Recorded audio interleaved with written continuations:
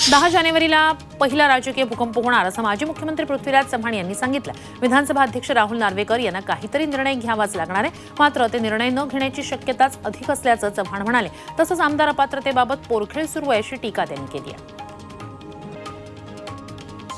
शिवसेना आमदार अपात्रता निर्णयाची आम्ही वाट पाहतोय असं वक्तव्य आरोग्यमंत्री तानाजी सावंत यांनी धाराशिवमध्ये केलं। विधानसभा अध्यक्षांकडे आमदार अपात्रतेची सुनावणी सुरू आहे। 10 जानेवारीपर्यंत निकाल येण्याची शक्यता आहे। याच संदर्भात तानाजी सावंत यांना विचारलं असता निर्णयाची वाट पाहत असल्याची त्रोटक प्रतिक्रिया त्यांनी दिली आहे।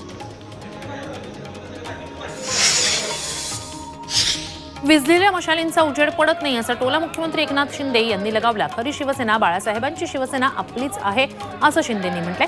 शिवसंकल्प अभियानाचा कार्यक्रम रत्नागिरीतल्या राजापुरात पार पडला, त्यावेळी ते बोलत होते। बीड जिल्ह्यातील ठाकरे गटात मोठी अस्वस्थता असल्याचं समोर येत आहे। मोठ्या प्रमाणात शिवसैनिक सुषमा अंधारे यांच्यावर आरोप। अमृत नोनी आर्थो प्लस ये एक प्रूवन फॉर्मूला है। इसमें मौजूद नोनी फल के गुण और आयुर्वेदिक जड़ी बूटियां शरीर को जरूरी पोषक तत्व देने के साथ साथ हड्डियों और जोड़ों के घिसने, उनमें होने वाले सूजन और दर्द को रोकने में मदद करता है। दर्द मुक्त जीवन के लिए अमृत नोनी आर्थो प्लस। शिंदे गटात प्रवेश करताना दिसतात। परळीतील अनेक शिवसैनिकांनी ठाकरेंची साथ सोडून शिंदे गटात प्रवेश करण्याचा निर्णय घेतलाय। हिंगोलीच्या कळमनुरी तालुक्यातील आखाडा बाळापूरमध्ये 10 जानेवारीला शिंदे गट कार्यकर्ता मेळाव्याचं आयोजन करण्यात आलंय। खासदार हेमंत पाटील यांच्या उपस्थितीत हिंगोलीत शिवसेनेची बैठक पार पडली। त्यात शिंदे गट पदाधिकारी आणि कार्यकर्त्यांनी मोठ्या संख्येनं या संकल्प मेळाव्याला उपस्थित राहण्याचं आवाहन हेमंत पाटील यांनी केलं। सोलापूर जिल्ह्यातील सांगोल्यात शेतकरी कामगार पक्षानं शिंदे गटाचे आमदार शहाजी बापू पाटील यांना सपशेल धूळ चारले।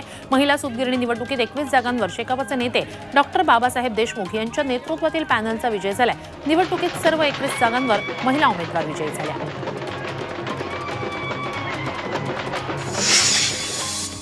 मराठा आंदोलक मनोज जरांगेंच्या मुंबईत काढण्यात येणाऱ्या मोर्चाविरोधात हायकोर्टात जनहित याचिका दाखल करण्यात आली आहे। लाखोंच्या संख्येनं आंदोलक मुंबईत आल्यास मुंबईत कायदा सुव्यवस्थेचा प्रश्न निर्माण होण्याची भीती मुंबईतील सामाजिक कार्यकर्ते हेमंत पाटील यांनी व्यक्त केली आहे।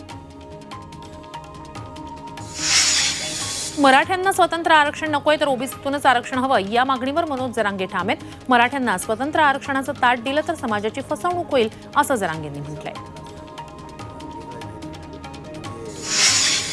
अजित पवार कायम शेजाऱ्याला डिस्टर्ब करतात, ठाण्यात गुंडगिरी वाढली आहे ही अजित पवारांची टीका थेट मुख्यमंत्र्यांवरच होती असं जितेंद्र आव्हाड यांनी म्हटलंय। अजित पवार युती सरकारमध्ये शांत बसू शकत नाहीत असंही आव्हाड म्हणाले। कल्याणमधील राष्ट्रवादीच्या मेळाव्यात अजित पवारांनी हे वक्तव्य केलं होतं आणि त्यावरून आव्हाडांनी निशाणा साधला।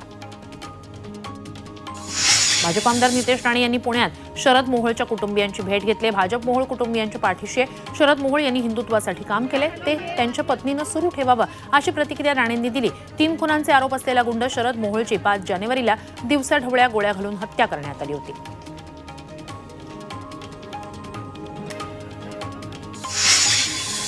आज मराठवाडा, पश्चिम महाराष्ट्रासह जळगावात पावसाचा इशारा देण्यात आलाय। तसंच राज्यातल्या काही भागांमध्ये ढगाळ वातावरण आणि मेघगर्जनेसह तुरळक पाऊस पडू शकतो असा अंदाज आहे। नाशिक, जळगाव, संभाजीनगर, अहमदनगर, पुणे, सातारा, जालना या जिल्ह्यात आज मेघगर्जनेसह पावसाचा इशारा देण्यात आलाय। सिंधुदुर्ग जिल्ह्यात संध्याकाळनंतर अवकाळी पावसानं दमदार हजेरी लावली। कणकवली, वैभववाडी भागात मुसळधार पाऊस बरसला। या पावसामुळे काही भागातील रस्त्यावर पाणी साचलं होतं, तर या अवकाळी पावसामुळे आंबा काजू बागायतदार धास्तावले। त्या अवकाळीमुळे आंबा काजू पिकाला आलेला मोहोर गळून पडण्याची भीती निर्माण झाली आहे। सातारा शहरासह जिल्ह्यातील काही भागात रात्रीपासूनच अवकाळी पावसानं हजेरी लावली आहे। गेल्या 2 दिवसापासून ढगाळ वातावरण तयार झालं होतं, त्यानंतर रात्री उशिरा पावसाच्या सरी बरसू लागल्या। या अवकाळी पावसाच्या मोठ्या सरी कोसळत नसल्या तरीही पावसाची रिपरिप मात्र सुरूच आहे।